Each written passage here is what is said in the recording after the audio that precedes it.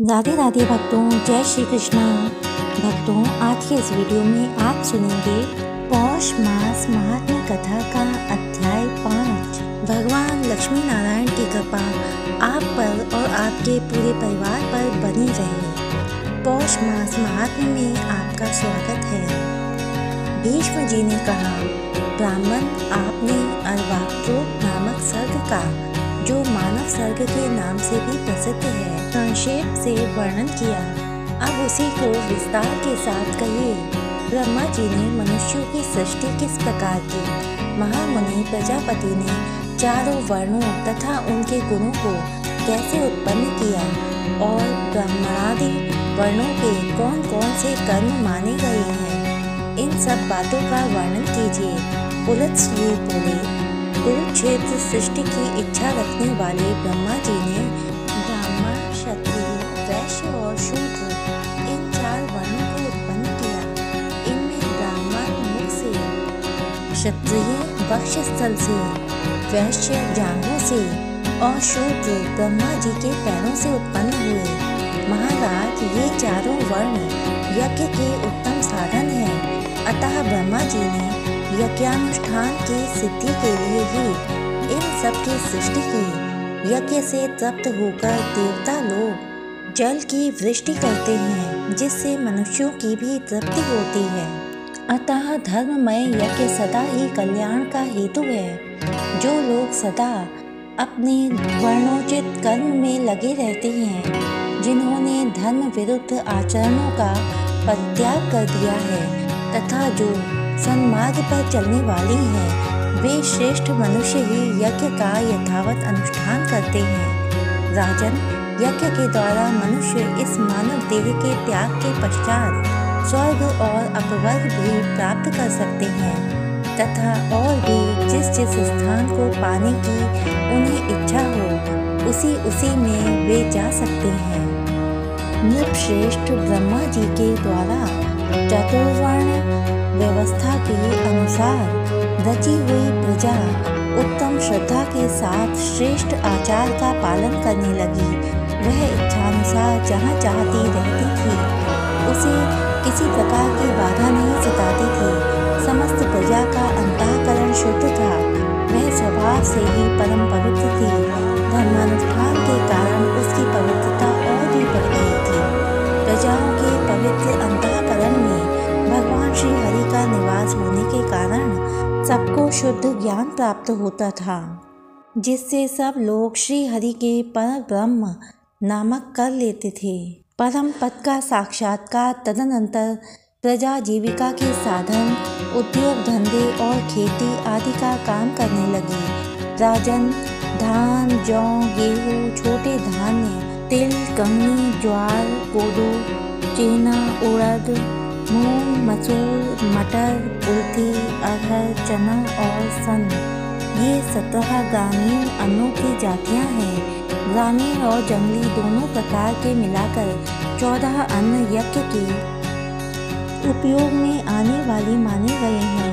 उनके नाम ये हैं: धान, जौ, उड़द, गेहूँ, महीन धान्य, तिल, 7वीं कंगनी और 8वीं कुल्थी, ये ग्रामीण अन्न हैं तथा सावा, तिन्नी का चावल, जयतिल, वनतिल, रवेथु, रेणुयव और मक्का, ये 6 जंगली अन्न हैं। ये 14 अन्न यज्ञानुष्ठान की सामग्री हैं तथा यज्ञ ही इनकी उत्पत्ति का प्रधान हेतु है। यज्ञ के साथ ये अन्न प्रजा की उत्पत्ति और वृद्धि के परम कारण हैं। इसलिए ये लोग और परलोक के ज्ञाता विद्वान पुरुष इन्हीं के द्वारा यहाँ का अनुष्ठान करते रहते हैं। नृपश्रेष्ठ, प्रतिदिन किया जाने वाला यज्ञानुष्ठान मनुष्यों का परम उपकारक तथा उन्हें शांति प्रदान करने वाला होता है। कृषि आदि जीविका साधनों के सिद्ध हो जाने पर प्रजापति ने प्रजा के स्थान और गुणों के अनुसार उनमें धर्म मर्यादा की स्थापना की। फिर वर्ण और आश्रमों के पृथक पृथक धर्म निश्चित किए तथा स्वधर्म का भली भांति पालन करने वाले सभी वर्णों के लिए पूर्णमय लोकों की रचना की। योगियों को अमृत स्वरूप ब्रह्म धाम की प्राप्ति होती है, जो परम पद माना गया है। जो योगी सदा एकांत में रहकर यत्नपूर्वक ध्यान में लगे रहते हैं, उन्हें वह उत्कृष्ट पद प्राप्त होता है जिसका ज्ञानी जन ही साक्षात्कार कर पाते हैं। तमिस्र, अंधतामिस्र, महारौरव, रौरव, घोर, असिपत्रवन, कालसूत्र और अलीचमान आदि जो नरक हैं, वे वेदों की निंदा, यज्ञों का उच्छेद तथा अपने धर्म का परित्याग करने वाले पुरुषों के स्थान बताए गए हैं। ब्रह्मा जी ने पहले मन के संकल्प से ही बराबर प्राणियों की सृष्टि की, किंतु जब इस प्रकार उनकी सारी प्रजा पुत्र पौत्र आदि के क्रम से अधिक न बढ़ सकी, तब उन्होंने अपने ही सदृश अन्य मानस पुत्रों को उत्पन्न किया। उनके नाम हैं भृगु, पुलह, ऋतु, अंगिरा, मरीच, दक्ष, अत्रि और वशिष्ठ। पुराण में ये 9 ब्रह्मा निश्चित किए गए हैं। इन भृगु आदि के भी पहले जिन सनंदन आदि पुत्रों को ब्रह्मा जी ने जन्म दिया था, उनके मन में पुत्र उत्पन्न करने की इच्छा नहीं हुई, इसलिए वे सृष्टि रचना के कार्य में नहीं फंसे। उन सबको स्वभावतः विज्ञान की प्राप्ति हो गई थी। वे मात्सर्य आदि दोषों से रहित और वीतराग थे। इस प्रकार संसार की सृष्टि के कार्य से उनके उदासीन हो जाने पर महात्मा ब्रह्मा जी को महान क्रोध हुआ। उनकी भौहें तन गईं और ललाट क्रोध से उद्दीप्त हो उठा। इसी समय उनके ललाट से मध्याह्नकालीन सूर्य के समान तेजस्वी रुद्र प्रकट हुए। उनका आधा शरीर स्त्री का था और आधा पुरुष का। वे बड़े प्रचंड थे और उनका शरीर बड़ा विशाल था। तब ब्रह्मा जी ने उन्हें यह आदेश देकर कहा कि तुम अपने शरीर के 2 भाग करो। वहाँ से अंतर्ध्यान हो गए। उनके ऐसा कहने पर रुद्र ने अपने शरीर के स्त्री और पुरुष रूप दोनों भागों को पृथक पृथक कर दिया और फिर पुरुष भाग को 11 रूपों में विभक्त किया। इसी प्रकार स्त्री भाग को भी अनेकों रूपों में प्रकट किया। स्त्री और पुरुष दोनों भागों के वे भिन्न भिन्न रूप सौम्य, क्रूर, शांत, श्याम और गौर आदि नाना प्रकार के थे। तत्पश्चात ब्रह्मा जी ने अपने से उत्पन्न अपने ही स्वरूप स्वयंभुव मनु ने शतरूपा नाम की स्त्री को, जो तपस्या के कारण पाप रहित थी, अपनी पत्नी के रूप में स्वीकार किया। देवी शतरूपा ने स्वयंभुव मनु से 2 पुत्र और 2 कन्याओं को जन्म दिया। पुत्रों के नाम थे प्रियव्रत और उत्तानपाद तथा कन्याएं प्रसूति और आकृति के नाम से प्रसिद्ध हुईं। मनु ने प्रसूति का विवाह दक्ष के साथ और आकृति का रुचि प्रजापति के साथ कर दिया। दक्ष ने प्रसूति के गर्भ से 24 कन्याएं उत्पन्न की। उनके नाम हैं श्रद्धा, लक्ष्मी, धूति, पुष्टि, तुष्टि, मेधा, क्रिया, बुद्धि, लज्जा, वपु, शांति, सिद्धि और तेरहवीं कीर्ति। इन दक्ष कन्याओं को भगवान धर्म ने अपनी पत्नियों के रूप में ग्रहण किया। इनसे छोटी 11 कन्याएं और थीं, जो ख्याति, सती, संभूति, स्मृति, प्रीति, क्षमा, संगति, अनसूया, पूजा, स्वाहा और स्वधा नाम से प्रसिद्ध हैं।